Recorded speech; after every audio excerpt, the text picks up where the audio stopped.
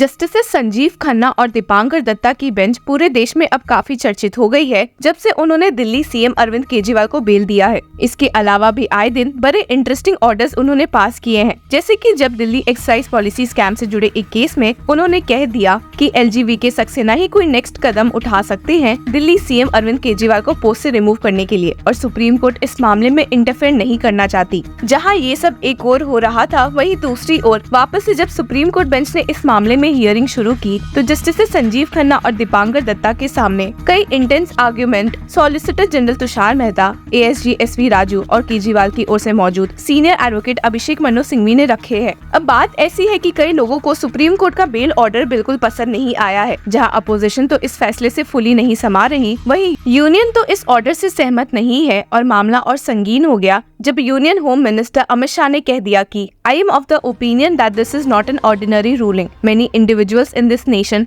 perceive that special treatment has been granted. Hearing की शुरुआत से ही सॉलिसिटर जनरल तुषार मेहता और ASG SV राजू ने सुप्रीम कोर्ट बेंच को समझाने की कोशिश की कि कैसे इस केस में दिल्ली सीएम अरविंद केजरीवाल गलत है और ED सही और उनके द्वारा अरेस्ट और रिमांड भी सही है। यहाँ पर सॉलिसिटर जनरल तुषार मेहता ने अरविंद केजरीवाल को बेल देने के खिलाफ बोला कि पिटिशनर केजरीवाल खुद को स्पेशल समझ रहे हैं and stated It's a slap on the system by the petitioner. Petitioner treats himself as a special person. We treat him as any other person. Please say what he said on the first day. इस point पर solicitor general Mehta ने supreme court bench को बताया कि jail से निकलते ही अरविंद केजरीवाल ने लोगों को बहलाते और फुसलाते हुए कहा है कि If you go for broom election symbol, I won't have to go to jail. SG Mehta ने केजरीवाल को फटकारते हुए कहा कि सुप्रीम कोर्ट के ऑर्डर के अकॉर्डिंग उन्हें इस केस के बारे में स्ट्रिक्टली कुछ नहीं कहना था, पर उन्होंने सुप्रीम कोर्ट के इस ऑर्डर का पालन नहीं किया है। हालांकि इस पॉइंट पर जस्टिस संजीव खन्ना ने SG मेहता को क्लियर करते हुए कहा कि no we said he will not discuss his role in the case. इस पॉइंट पर जस्टिस दीपांकर दत्ता ने इंटरिम बेल ऑर्डर को रीड करते हुए कहा he will not make any comment with regard to his role in the present case. यहाँ पर अरविंद केजरीवाल की ओर से मौजूद सीनियर एडवोकेट अभिषेक मनु सिंघवी ने भी सुप्रीम कोर्ट बेंच को समझाते हुए कहा कि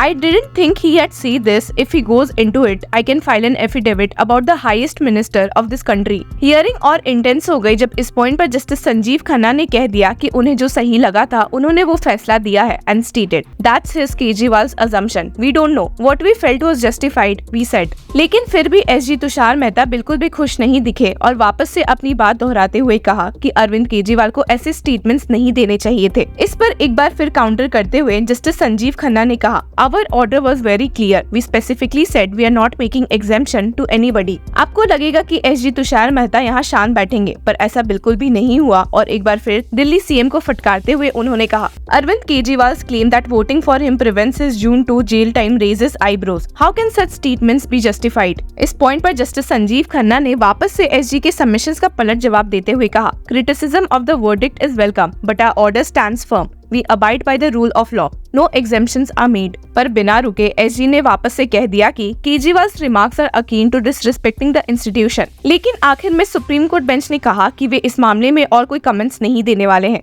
इस पॉइंट पर जस्टिस दीपांकर दत्ता ने SG से सवाल करते हुए पूछ भी लिया Assume investigating officer has material in possession. On one hand incriminating, on the other exculpatory. There can't be any dispute that investigating officer has to be fair. If he ignores the latter absolutely and says I have reasons, would it not afford grounds for bail? यहाँ पर justice Dutta ने SG को समझाने की कोशिश की कि cases में मटेरियल्स पर ध्यान देना काफी जरूरी है and stated You have to look into the material. Otherwise, how do we come to finding it is based on no material? You can't say only one side has to be seen by investigating officer. लेकिन justice Dipankar Dutta के argument सुनकर solicitor general Tushar Mehta ने answer देते हुए कहा If there are 10 evidences, investigating officer has to weigh what he trusts. Would that exercise be done by court again to come to a different conclusion? Justice Dipankar Datta ने हालांकि SG से सवाल करते हुए पूछा You say if he considers, but if that does not happen, can court not go into it? Justice Dipankar Datta ने यहाँ दूसरा सवाल करते हुए SG से पूछा कि Is application of mind not required? What are the tests of perversity? यहाँ पर पर जस्टिस संजीव खन्ना ने भी कहा कि भला रिलेवेंट मटेरियल को कैसे कंसिडर नहीं किया जा सकता है, और वापस से अपनी बात समझाते हुए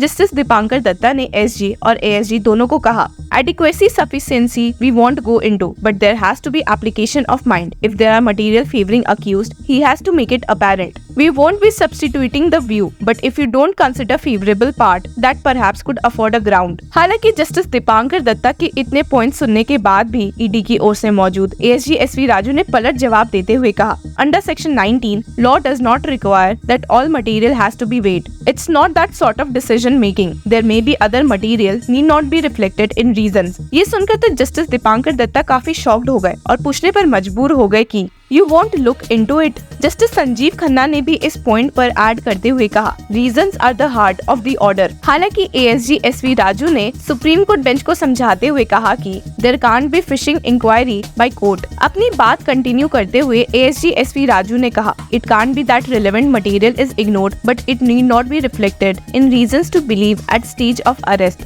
Section 19 is purely subjective. यहाँ पर एएसजी एसवी राजू ने पूछा भी कि भला आखिर रीजंस देने का क्या मतलब है किसी को अरेस्ट करने के लिए, and asked, What is the meaning of giving reasons? One does not have to consider the merits and demerits. You have to indicate why you are arresting him. Whenever the word reasons is used, it does not mean examination of merits, demerits. The test is reasons should show there is sufficient material. Courts can look into it, but not say that he has examined this, not that. हालांकि justice Sanjiv Khanna इधर पूछने पर मजबूर हो गए कि You accept power of court when examining bail under section 45 will be deeper and greater. जिससे सहमत होते हुए एसजी एसवी राजू ने कहा, Yes, but rule will be different. Not guilty, you have to discuss all material. But when it is about guilty, only material indicating guilt needs to be discussed. Guilty, non-guilty are looking at the same thing. ये सुनते ही justice Sanjiv Khanna ने कह दिया कि ASG SV Raju का argument गलत है। जी हाँ, आपने सही सुना। Justice Sanjiv Khanna stated, then your argument falters. लेकिन इस बात से एएसजी एसवी राजू ने अग्री नहीं किया और कहा, arrest if illegal it can be struck down, but unless remand order is set aside, a person can't be set at liberty. They have to necessarily challenge this subsequence remand order. यहाँ पर justice Sanjiv Khanna ने सवाल करते हुए पूछा, what is the max period of remand, जिसके जवाब में एएसजी एसवी राजू ने कहा कि 15 दिन।